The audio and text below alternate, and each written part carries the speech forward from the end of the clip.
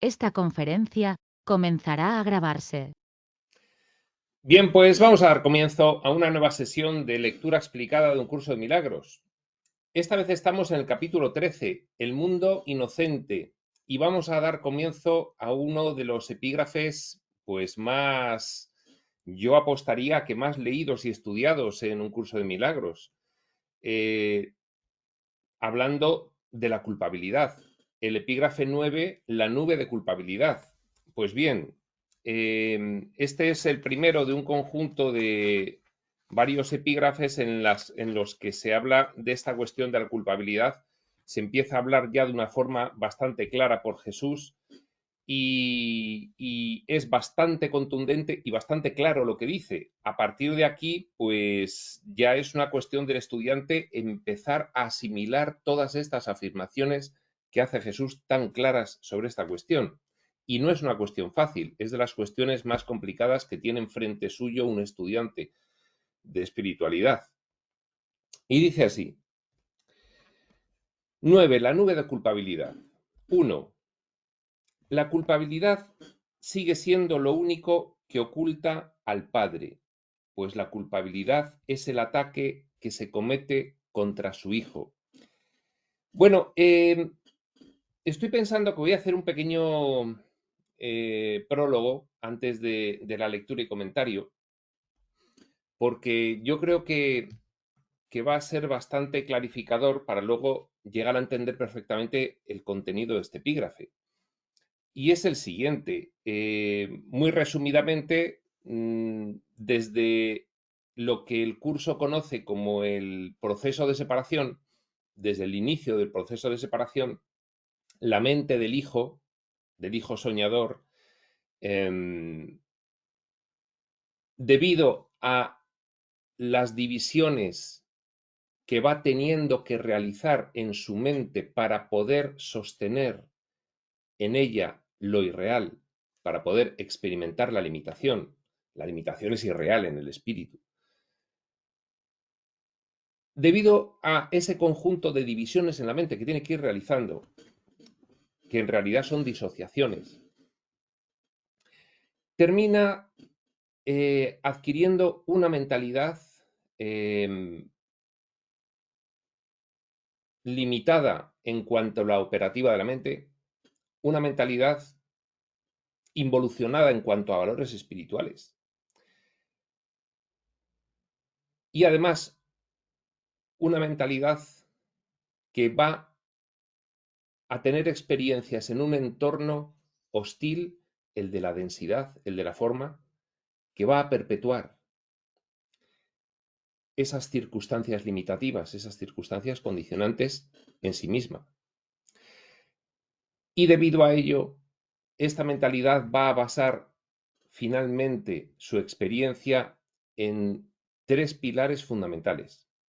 Los tres pilares fundamentales tienen que ver con eh, la entrada a la experiencia de la dualidad. La entrada a la experiencia de la dualidad se representa por la aparición en la mente del hijo de la creencia en el mal. Creencia en el mal que podría llamarse también creencia en el pecado, en terminología más acorde a un curso de milagros. La creencia en el mal. En el entorno del espíritu no hay mal.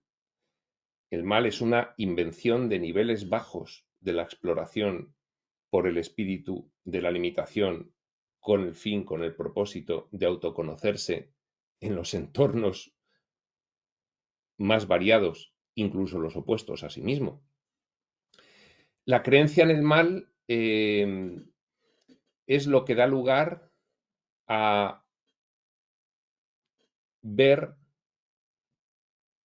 que algo es incorrecto. Eso de ver que algo es incorrecto es algo que, acompañando a la operativa de la mente, limitada, paso del conocimiento a la percepción, se ve sometido a un bucle. Mi creencia en el mal la proyecto fuera y una vez que la he proyectado fuera, inconscientemente, percibo con interpretación y juicio el mal fuera de mí. El bucle proyección-percepción. Bucle porque es como un boomerang. Yo proyecto inconscientemente una idea, en este caso la idea del mal. No estaba en mi mente, ahora sí lo está. Estoy en la dualidad. Y percibo lo que he proyectado posteriormente. Pues bien, debido al bucle proyección-percepción, esa limitación de la operativa de la mente, y debido a la entrada en la dualidad, la involución de la mentalidad, que permite que surja una creencia típica de una mente que ya no está en el conocimiento, sino que está en la percepción. Permite que emerja una creencia que nunca, es un pensamiento que nunca había estado en la mente del hijo, la creencia en el mal. La creencia en el mal en el entorno de la percepción se proyecta fuera y luego se percibe. Y por lo tanto, una vez que entra en juego esa creencia y se pone en la experiencia mediante la proyección y la percepción, entonces el hijo empieza a sentir culpa. La culpa proviene de sentirse inadecuado. La culpa proviene de esa creencia en el mal que es proyectada fuera y percibida posteriormente, con lo cual es una creencia de la cual el hijo no se puede privar de aplicarse sobre sí mismo, porque el bucle proyección-percepción le devuelve la creencia en el mal que proyecta inconscientemente de una forma consciente. Cree en el mal, cree en la culpa, lo ve fuera, pero eso es lo que hace que lo perciba dentro también. Creencia en el mal, primer pilar, culpa, culpabilidad, segundo pilar. Y nos falta el tercer pilar, que es una consecuencia de la creencia en el mal y de la culpa, que es el miedo. Cuando tú crees en el mal y ves fuera maldad y ves fuera culpabilidad y consolidas dentro tu propia culpabilidad, entonces piensas que mereces castigo. Y como hay fuera maldad y tú mereces maldad, tú mereces castigo por tu maldad, perdón, entonces lo que surge es el miedo, que es la expectativa de recepción de ese castigo. Entonces ahí tenemos los tres grandes pilares de la experiencia de dualidad: la creencia en el mal, la culpa y el miedo. Pues bien, es interesante ver cómo funciona y la relación entre ambos, entre los tres pilares, la relación que tienen entre sí, porque todo lo que va a decir Jesús ahora mismo se va a entender mucho mejor sabiendo cómo llegó el hijo a albergar en sí esa creencia y esas emociones, esa creencia en el mal y las emociones de culpa y miedo. ¿Y cuál es la dinámica entre ellas? De ahí surge una personalidad basada, su mentalidad, en esos tres pilares: creencia en el mal, culpa y miedo, y es una personalidad sufriente, doliente, dado que con esa mentalidad solamente puede tener una experiencia de sufrimiento y de dolor. Pues bien, vamos a ello y con este preámbulo creo que se va a entender mucho mejor. Dice así: 1. La culpabilidad sigue siendo, desde que se comenzó la experiencia de dualidad, por eso dice Jesús, sigue siendo, lo único que oculta al Padre, pues la culpabilidad es el ataque que se comete contra su hijo. Atacar al hijo, acordaos del triángulo: tú, tu padre y tu hermano. ¿Mm? Es decir, para la experiencia humana, por ejemplo, la experiencia de la criatura finita físico-material, este triángulo es fundamental. Entonces, es un triángulo equilátero. Esto implica que atacar al hijo significa atacar al padre y atacarte a ti mismo. Con lo cual, como dice aquí Jesús, la culpabilidad sigue siendo lo único que oculta al padre. Fíjate qué contundencia. lo único que oculta al Padre. Claro, aquí la culpabilidad proviene en causa y efecto de la creencia en el mal. La causa y el efecto en esta experiencia se aprecia en retardo, pero en realidad van juntas, con lo cual la culpabilidad, la creencia en el mal y el miedo siguen siendo lo único que oculta al Padre, una mentalidad basada en esos tres pilares. Pues la culpabilidad es el ataque que se comete contra su hijo. Ataque. Un curso de milagros es muy claro, ya lo sabemos. Todo lo que no es perfecto amor es ataque. Con lo cual, nosotros podemos pensar, bueno, sí, ataque en diverso grado, porque no es lo mismo un ataque físico violento que considerar a alguien culpable. Bueno, pues a efectos de la salida de la ilusión es exactamente igual. Por eso, la cura repara de la misma manera cualquier tipo de ataque. No hay grados de dificultad en los milagros, porque a efectos de despertar, albergar, sostener, mantener cualquiera de esas falsas gradaciones de ataque en tu mente es seguir en la ilusión. Con lo cual, la culpabilidad es un ataque del mismo grado a estos efectos que lo sería el mayor de los ataques que podamos imaginar o la falta de consideración más leve que podamos imaginarnos. Los que se sienten culpables siempre condenan. Bucle, proyección, percepción.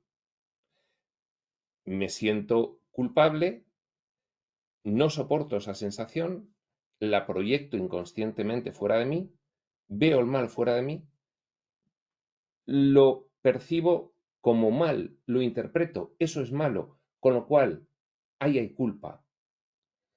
Los que se sienten culpables siempre condenan, ese es culpable porque lo están proyectando. Y una vez que han condenado, lo siguen haciendo, porque al percibir fuera el mal y la culpa, consolidan esa idea en sí y no pueden sustraerse de aplicársela a sí mismos. Los que se sienten culpables siempre condenan y una vez que han condenado lo siguen haciendo, vinculando el futuro al pasado, tal como estipula la ley del ego. Efectivamente, es el encadenamiento de el presente y el futuro en relación al pasado. Esa es la forma en la que la mentalidad egoica se sostiene a sí misma, para que nada cambie, dado que el personaje con mentalidad egoica está aterrado, le aterra el cambio, con lo cual todo tiene que seguir siendo como siempre fue. Los que se sienten culpables siempre condenan y una vez que han condenado lo siguen haciendo, vinculando el futuro al pasado, tal como estipula la ley del ego.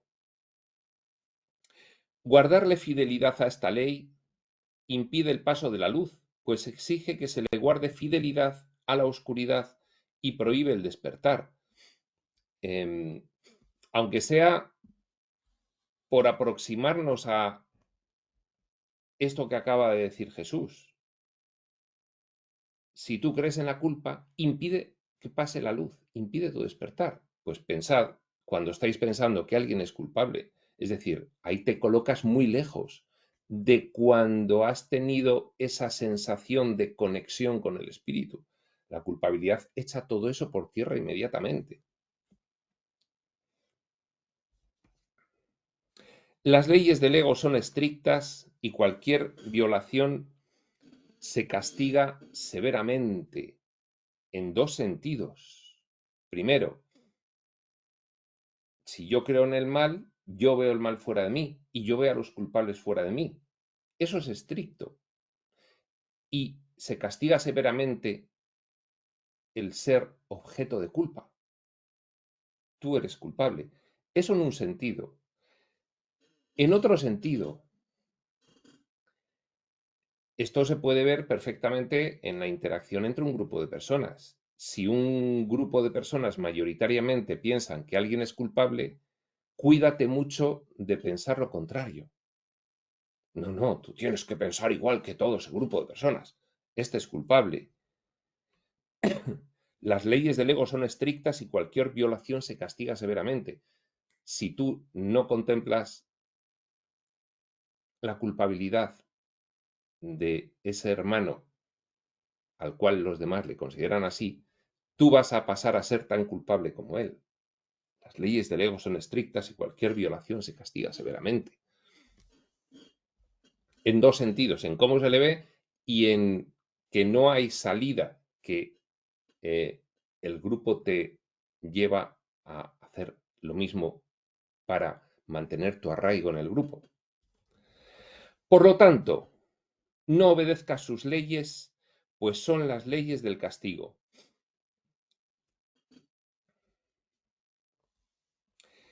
Claro, aquí lo que Jesús va a empezar a indicarte es algo que antes de entrar en la espiritualidad de forma consciente, antes del primer despertar consciente a la información espiritual, pues no llegas a tener muy claro. Lo sientes muy claramente, pero no llegas a tener muy claro el por qué. Y es que cualquier ataque es un ataque contra ti mismo.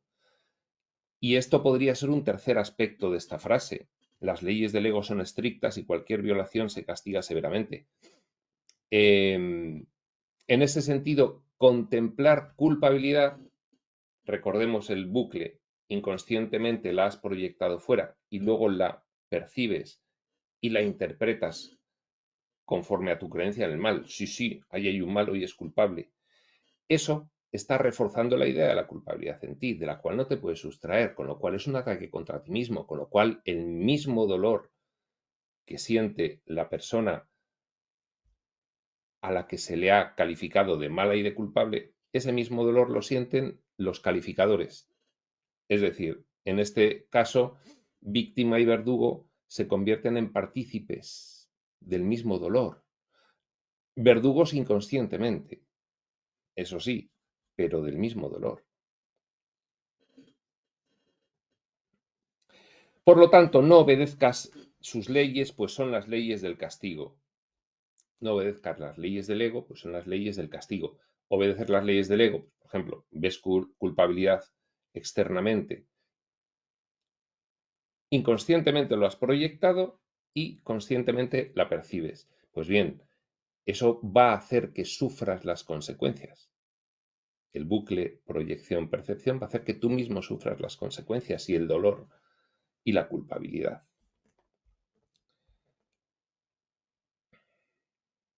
Y aquellos que las acatan, las leyes del ego, las leyes del castigo, creen que son culpables y por lo tanto no pueden sino condenar.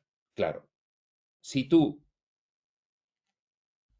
crees en el mal, no puedes soportar albergar en ti esa creencia y la tienes que proyectar fuera.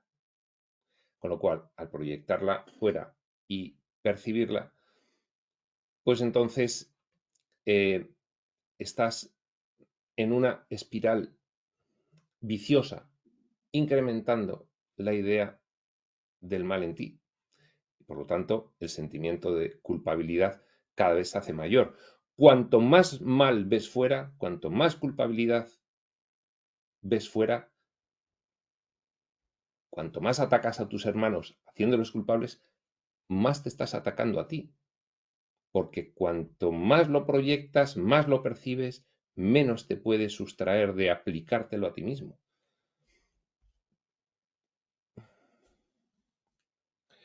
Aquellos que las acatan, las leyes del ego, creen que son culpables ellos mismos y por lo tanto no pueden sino condenar. Y cuando uno ve culpa fuera, la siente dentro, cuando condena fuera, inconscientemente se está condenando dentro.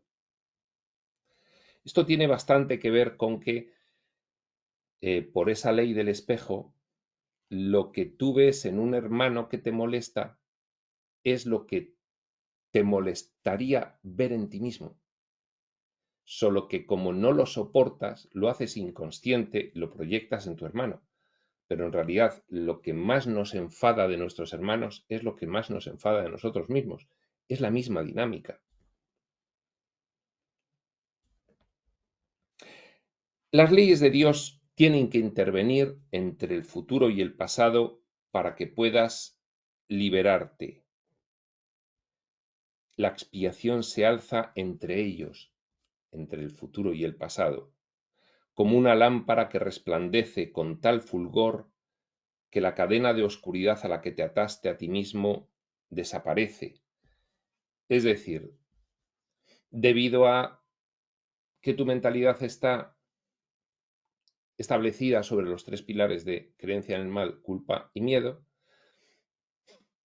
tú proyectas el mal fuera de ti, en tu experiencia, y lo ves en muchos sitios.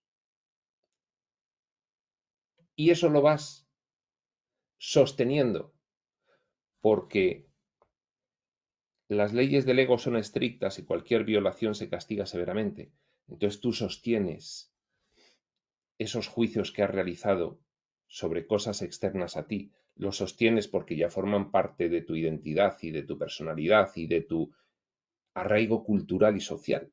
Y entonces los sostienes y entonces ya te atas, como dice aquí Jesús muy poéticamente, a la cadena de oscuridad y ya no te puedes liberar salvo que llegue la información espiritual, te cuente todo esto y te haga romper el bucle proyección-percepción en esa espiral viciosa con la que lo mantienes de pasado a futuro. Llega la información, te das cuenta, dices, ¿para qué voy a sostener esto si el primer perjudicado soy yo? Te das cuenta de ello, lo reconoces, lo entiendes, captas la idea profunda de que la proyección de la culpabilidad sobre tu hermano proviene de la idea de la creencia en el mal, entiendes cuál es la idea de la creencia en el mal y de que no es necesario sostenerla. Y todo eso es comprensión, deshacimiento del error, todo eso es la expiación. Se disuelve. Esto es una idea bonita que empiezas a poner en práctica. Y entonces a una persona a la que tradicionalmente culpabilizabas debido a tu atribución a ella de pecados del pasado debido a tu creencia en el mal. Cuando eso se rompe y empiezas a tratarla de otra manera, esto es a lo que se refiere Jesús. La expiación se halla entre el pasado y el futuro, como una lámpara que resplandece con tal fulgor que la cadena de oscuridad a la que te ataste a ti mismo desaparece. Pues este era el punto 1. Me parece que vamos a emplear 2 sesiones en este epígrafe 9, la nube de la culpabilidad. Son nada más que 8 puntos, pero como ya veis, pues es intenso el contenido. Vamos al punto 2. Librarse uno de la culpabilidad es lo que deshace completamente al ego. Frase para enmarcar. Se copia pues en letras grandes de impresora o con una pluma, se escribe en un pergamino muy bonito y eso se lleva a enmarcar y se coloca en la pared. Librarse uno de la culpabilidad es lo que deshace completamente al ego.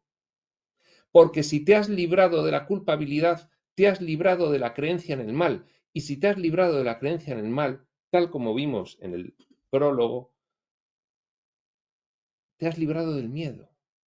Porque al no ver mal fuera y al no sentirte culpable dentro, no ves la razón por la cual nada te podría atacar. Y te has librado de creencia en el mal, culpa y miedo, porque son tres caras de la misma moneda. Si las monedas pudiesen tener 3 caras, serían 3 caras de la misma moneda. Creencia en el mal, culpa y miedo. Por eso Jesús puede hacer esta afirmación tan taxativa, por la relación que tienen creencia en el mal, culpa y miedo. Liberarse uno de la culpabilidad es lo que deshace completamente al ego. No hagas de nadie un ser temible. Claro, ¿cómo se deshace uno de la culpabilidad? Dejando de proyectarla. No hagas de otro fuera de ti un ser temible. No le hagas malo y culpable y por lo tanto capaz de ataque. Pues su culpabilidad es la tuya. Y al obedecer las severas órdenes del ego, el ego te está diciendo, no, este es culpable y malo, ya lo sabes del pasado y tienes que sostenerlo, porque si no lo sostienes, vas a tener unas consecuencias gravísimas. Para empezar, se te va a desarraigar, vas a perder tu identidad. No hagas de nadie un ser temible, pues su culpabilidad es la tuya. Y al obedecer las severas órdenes del ego, atraerás su condena sobre ti mismo y no podrás escapar del castigo que él inflige, el ego, a los que las obedecen. Fíjate cómo lo dice Jesús en términos de atracción. ¿Por qué si culpas fuera no te puedes librar de la culpa dentro? Por el bucle proyección-percepción. Porque estás reafirmando en tu mentalidad la idea del mal fuera de ti. Y si reafirmas en tu mentalidad la idea del mal, no puedes sustraerte de aplicar la idea del mal sobre ti mismo. Si ves culpa fuera, no puedes evitar ver culpa dentro de ti, en ti. Fíjate, no hagas de nadie un ser temible, pues su culpabilidad es la tuya y al obedecer las severas órdenes del ego, atraerás su condena sobre ti mismo. Es inevitable, es inexorable. Y no podrás escapar del castigo que él inflige a los que los obedecen. ¿Qué ocurre si te sientes culpable? No lo soportas, vuelves a pasarlo al inconsciente. Entonces ahora tienes una creencia en que eres malo, porque crees en el mal y no te puedes sustraer de esa creencia a ti mismo, de aplicártela a ti mismo. Crees en el mal y te sientes culpable. Y eso lo pasas al inconsciente. ¿Y qué es lo que se merece un malo culpable? Condena y castigo. Y aunque tú inconscientemente no sepas que tú te has condenado a ti mismo, eso se va a manifestar en tu experiencia de vida y vas a fabricar en la experiencia del personaje humano el castigo correspondiente en forma de boicoteos en tu experiencia vital, en forma de accidentes, de desgracias, de conflictos, de abandonos, de... Y lo dice aquí Jesús con esta claridad. Atraerás su condena sobre ti mismo si haces de alguien fuera un ser temible. Atraerás su condena sobre ti mismo y no podrás escapar del castigo que él, el ego, inflige a los que las desobedecen, a sus severas órdenes. Es decir, si atacas, te atacas. Dicho muy simplemente. El ego premia la fidelidad que se le guarda con dolor, pues tener fe en él es dolor. Más adelante, en un curso de milagros, hay un epígrafe que se llama Las leyes del caos. Es de los más famosos epígrafes de un curso de milagros, las leyes del caos. Y hay otro que se llama Los obstáculos a la paz. Pues bien, estos epígrafes son un estudio mucho más detallado de lo que aquí empieza a adelantar Jesús. Y allí se te dice que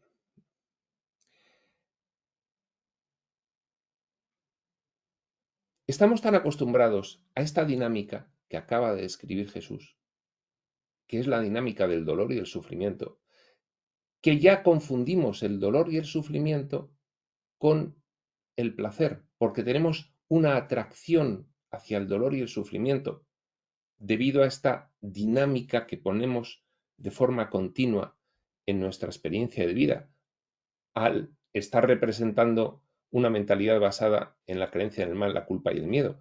Y entonces ya lo que tenemos es una atracción por el conflicto, por el ataque, por la culpabilidad y por el autocastigo, por eh, ese boicoteo que nos hacemos a nosotros mismos por sentirnos culpables, que proviene de creer en el mal y no poder sustraernos a nosotros mismos de esa creencia. Si lo vemos fuera, lo vemos dentro. Y fíjate, el ego premia la fidelidad que se le guarda con dolor. Premia, ¿por qué? Porque para nosotros es lo que estamos acostumbrados a hacer y tenemos atracción por el dolor. Entonces el ego nos premia con dolor. Pues tener fe en él, en el ego es el rol de personalidad resultante de una mentalidad con los tres pilares de creencia en el mal, culpa y miedo. Es la personalidad que resulta. Y entonces, ¿qué genera la creencia en el mal, la culpa y el miedo? Ya lo hemos visto técnicamente por el bucle proyección-percepción. Dolor. Pero estamos acostumbrados a ese dolor. Y el ego nos premia con ese dolor. La fidelidad que le seguimos constantemente guardando.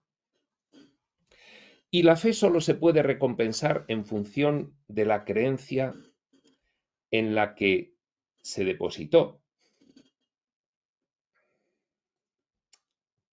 Creo en el mal, tengo fe en el mal existe fuera de mí, qué duda cabe, fíjate Hitler, por poner el ejemplo más famoso, pero ¿cuánto mal hay fuera de mí? Deposito mi fe en la creencia en el mal. La fe solo se puede recompensar en función de la creencia en la que se depositó. Obtengo recompensa de esa fe. Fe en el mal, obtengo recompensa con mal. Fe en el amor, obtengo recompensa con amor. ¿En qué creo? Porque eso es lo que va a ser mi experiencia. ¿En qué creo? Porque eso obtendré. La fe le infunde poder a la creencia.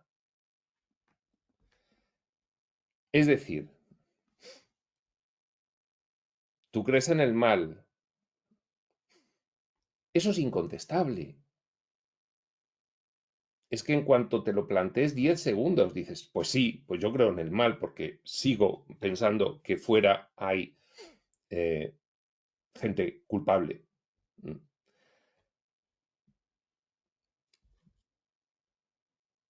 ¿Qué es lo que le da poder a esa creencia?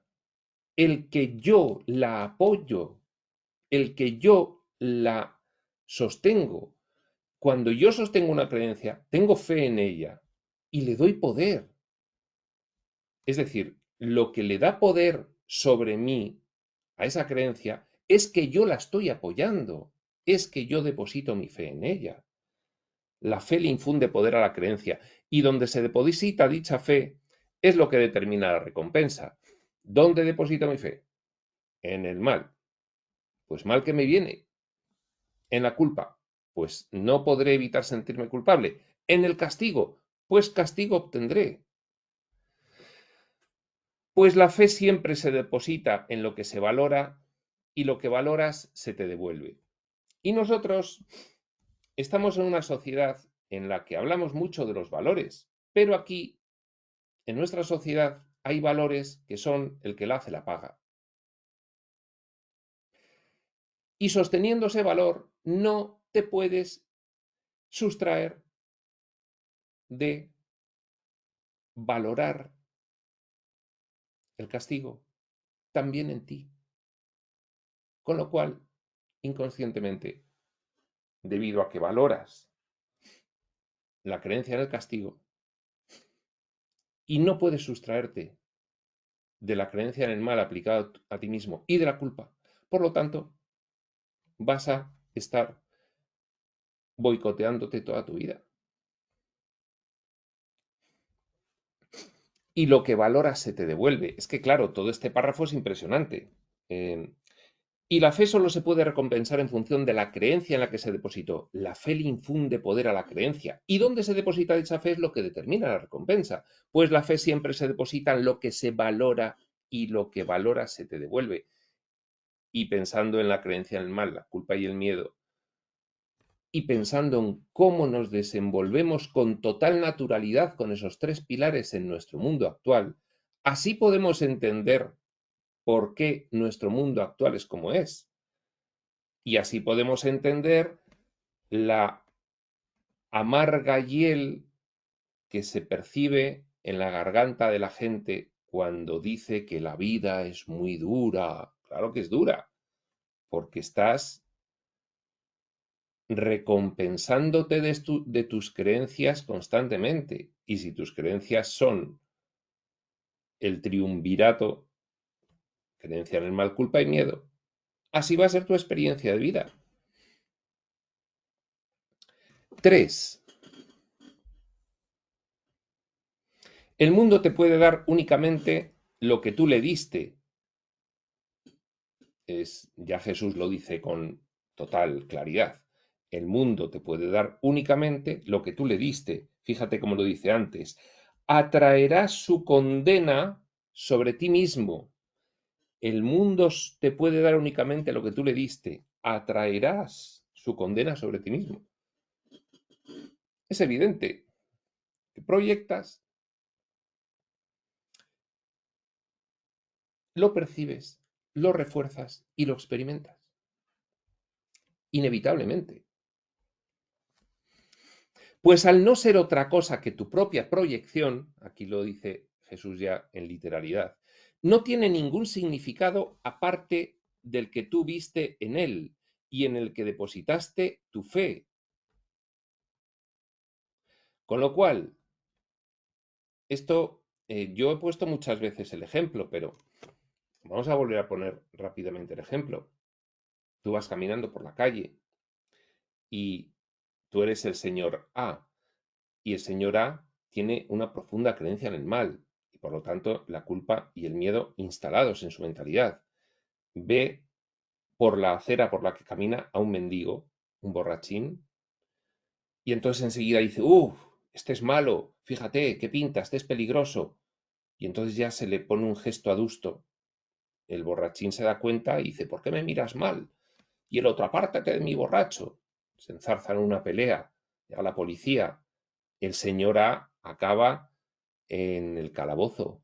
Si llega a ser un viernes, todo el fin de semana hasta el lunes. Imaginaos qué experiencia le ha reportado su mentalidad acusada en este episodio. Esto es muy resumido. Señor B no tiene la creencia en el mal tan acusada, muchísimo menos. Al ver al borrachín se conmueve. Mira a este pobre hombre, si lo único que quiere es sobrevivir, fíjate lo mal que le ha ido la vida y estas personas son totalmente no son peligrosas. En fin, sonríe, el borrachín le ve sonreír, dice, amigo, dame dinero para tomarme una copa. Este dice, bueno, venga, te voy a dar, pero cómprate un bocadillo, no te lo bebas.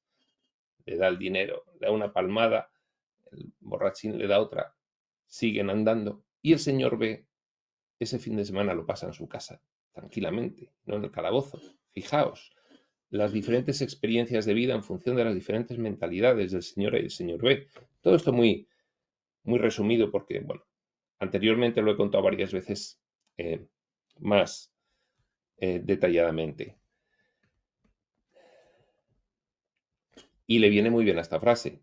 El mundo te puede dar únicamente lo que tú le diste, pues al no ser otra cosa que tu propia proyección, no tiene ningún significado aparte del que tú viste en él.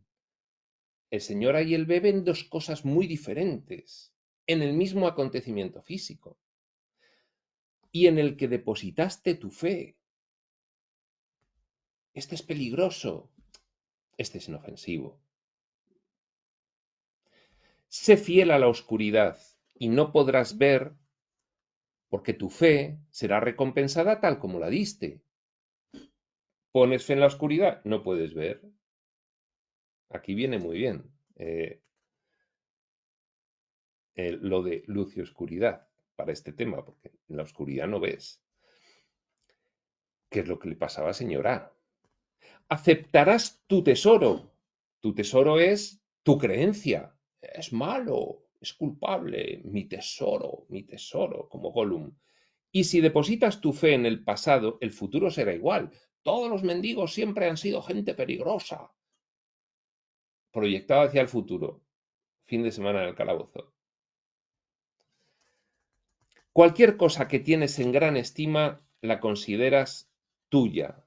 El poder que le otorgas al atribuirle valor hace que sea así.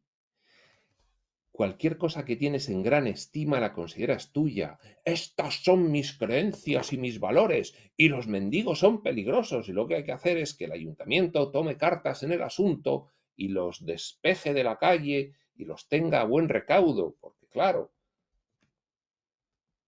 sí, bien, vale. Una cosa es lo colectivo, pero ¿cuál es tu experiencia individual, señor A? ¿Y cuál es la experiencia individual del señor B? Cualquier cosa que tienes en gran estima la consideras tuya. El poder que le otorgas a atribuirle valor hace que sea así. Le va a costar mucho al señor A cambiar su experiencia. Se tendrá que dar cuenta primero que depende de su mentalidad y de sus creencias, de lo que hace su identidad. El poder que le otorgas al atribuirle valor hace que sea así. Cualquier cosa que tienes en gran estima la considerarás tuya. Este era el punto 3. Vamos al 4 y acabamos por hoy. La expiación, con mayúsculas, la resolución, la comprensión, deshacer el error y, por lo tanto, cambiar tu mentalidad. Ah, claro, claro, es verdad, claro, lo acabo de entender. Espera, claro, claro, lo entiendo. Lo entiendo, lo entiendo. Ya está. Entiendo que me va a ir ocurriendo lo mismo que yo estoy proyectando desde mi mentalidad. Lo entiendo. Vale, vale. Bien. Eso es muy fácil. La expiación conlleva una reevaluación de todo lo que tienes en gran estima, todas tus creencias, tradicionales, culturales, familiares, lo tienes en gran estima. Eres eso, eres el resultante de eso, es tu personalidad. La expiación conlleva una reevaluación de todo lo que tienes en gran estima, pues es el medio a través del cual el Espíritu Santo puede separar lo falso de lo verdadero, lo cual has aceptado en tu mente sin hacer ninguna distinción entre ambos. Siguiendo con el ejemplo. Claro, claro, claro, claro, claro. Yo por fin estoy entendiendo que mi experiencia vital ha dejado mucho que desear debido a el valor que le daba altísimo a un conjunto de creencias que tenía. Señora, ¿se puede hacer esa reflexión si en vez de acabar en el calabozo el fin de semana, pues en un accidente eh, mata al borracho sin querer y se va 2 años a la cárcel? 2 años condenado 8, que se cumplen 2, pero se va 2 o 3 o 4 años a la cárcel. Y entonces ahí sí que podría caer y decir, bueno, finalmente tengo que reconocer que mi experiencia se debe a haber albergado una serie de creencias y haberle dado un valor a esas creencias. Y entonces entiendo lo que es la expiación y entiendo que conlleva una reevaluación de todo lo que tenía en gran estima y que no hay otra forma en la que pueda el Espíritu Santo separar lo falso de lo verdadero en mi mente. No puedes, por lo tanto, valorar lo uno sin lo otro.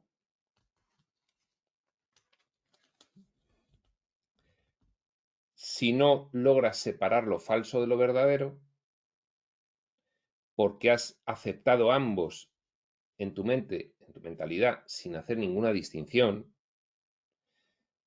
entonces no puedes valorar lo uno sin lo otro. Y la culpabilidad se ha convertido, sigue diciendo Jesús, en algo tan real para ti como la inocencia.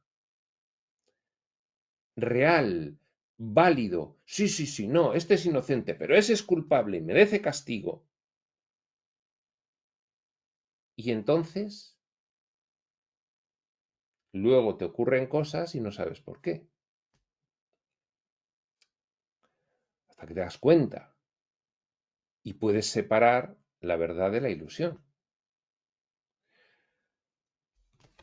Sigue Jesús. Tú no crees que el Hijo de Dios es inocente porque ves el pasado, pero no le ves a Él. Estás viendo el pasado y una proyección de tus creencias. No estás viendo al Hijo de Dios. Estás viendo que en el pasado, fulanito, le declaraste culpable porque mucha gente le declaró culpable por lo que fuese, porque igual hizo alguna cafreidad, sí, pero bueno, le declaraste culpable en función de esa cafreidad, porque en el momento pensabas que este mundo era real. Vale, fenomenal, ya está. Y entonces eso ya cada vez que ves a fulanito, este es el cafre de fulanito, fíjate lo que hizo, menudo pájaro. Claro. Tú no crees que el Hijo de Dios es inocente porque ves el pasado, pero no le ves a él. Cuando condenas a un hermano, estás diciendo, yo que soy culpable, elijo seguir siéndolo. Bueno, esto Jesús no puede ser más claro. Cuando condenas a un hermano, estás diciendo, yo que soy culpable, elijo seguir siéndolo. Cuando condenas a un hermano, repetimos, no se puede repetir lo suficiente. Cuando condenas a un hermano, estás diciendo, yo que soy culpable, elijo seguir siéndolo. Bien, había dicho que la cuestión de la culpabilidad era de las cuestiones más difíciles que tenía para un estudiante de espiritualidad. Asimilar e integrar, porque esto se entiende muy bien.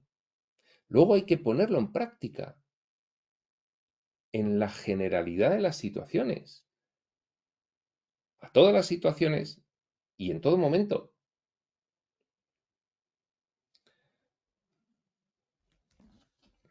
Has negado su libertad y al hacer eso has negado el testigo de la tuya.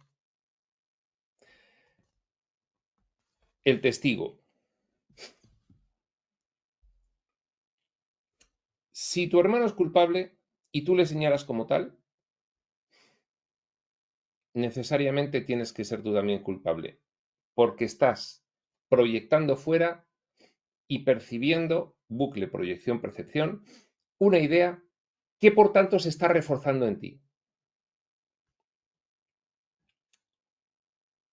Con lo cual,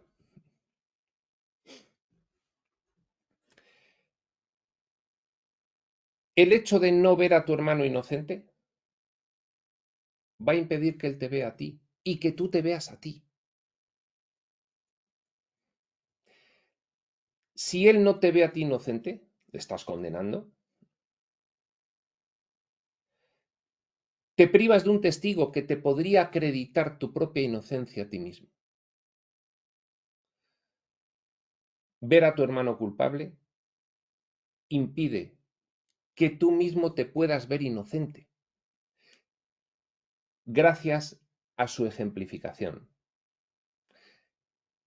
Él, que se puede sentir culpable porque se lo han dicho 7 antes que tú le dices, mira, eso fue una cosa del pasado, yo no lo considero, confío en ti.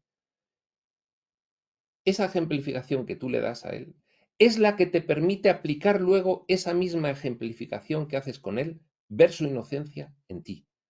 Con lo cual, cuando condenas a un hermano, has negado su libertad y al hacer eso has negado el testigo de la tuya.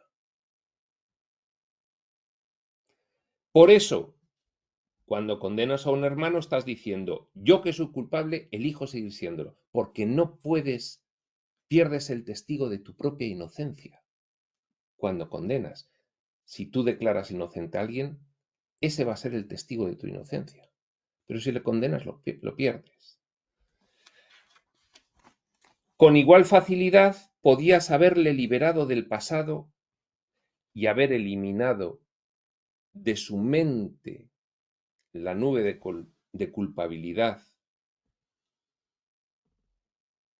que lo encadena a él, y en su libertad habrías encontrado la tuya. No hubieses proyectado la creencia en el mal, no hubieses percibido culpabilidad, por lo tanto no la hubieses reforzado en ti, y la interacción con él al haberle declarado inocente te habría dado a ti una oportunidad de ver la inocencia en ti mismo y haber reducido tu creencia en el mal.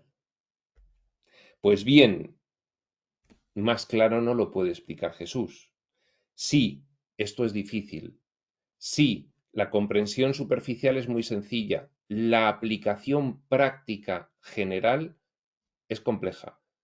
Es compleja mientras uno no tome la decisión firme de empezar a aplicarlo generalmente desde ahora, siempre.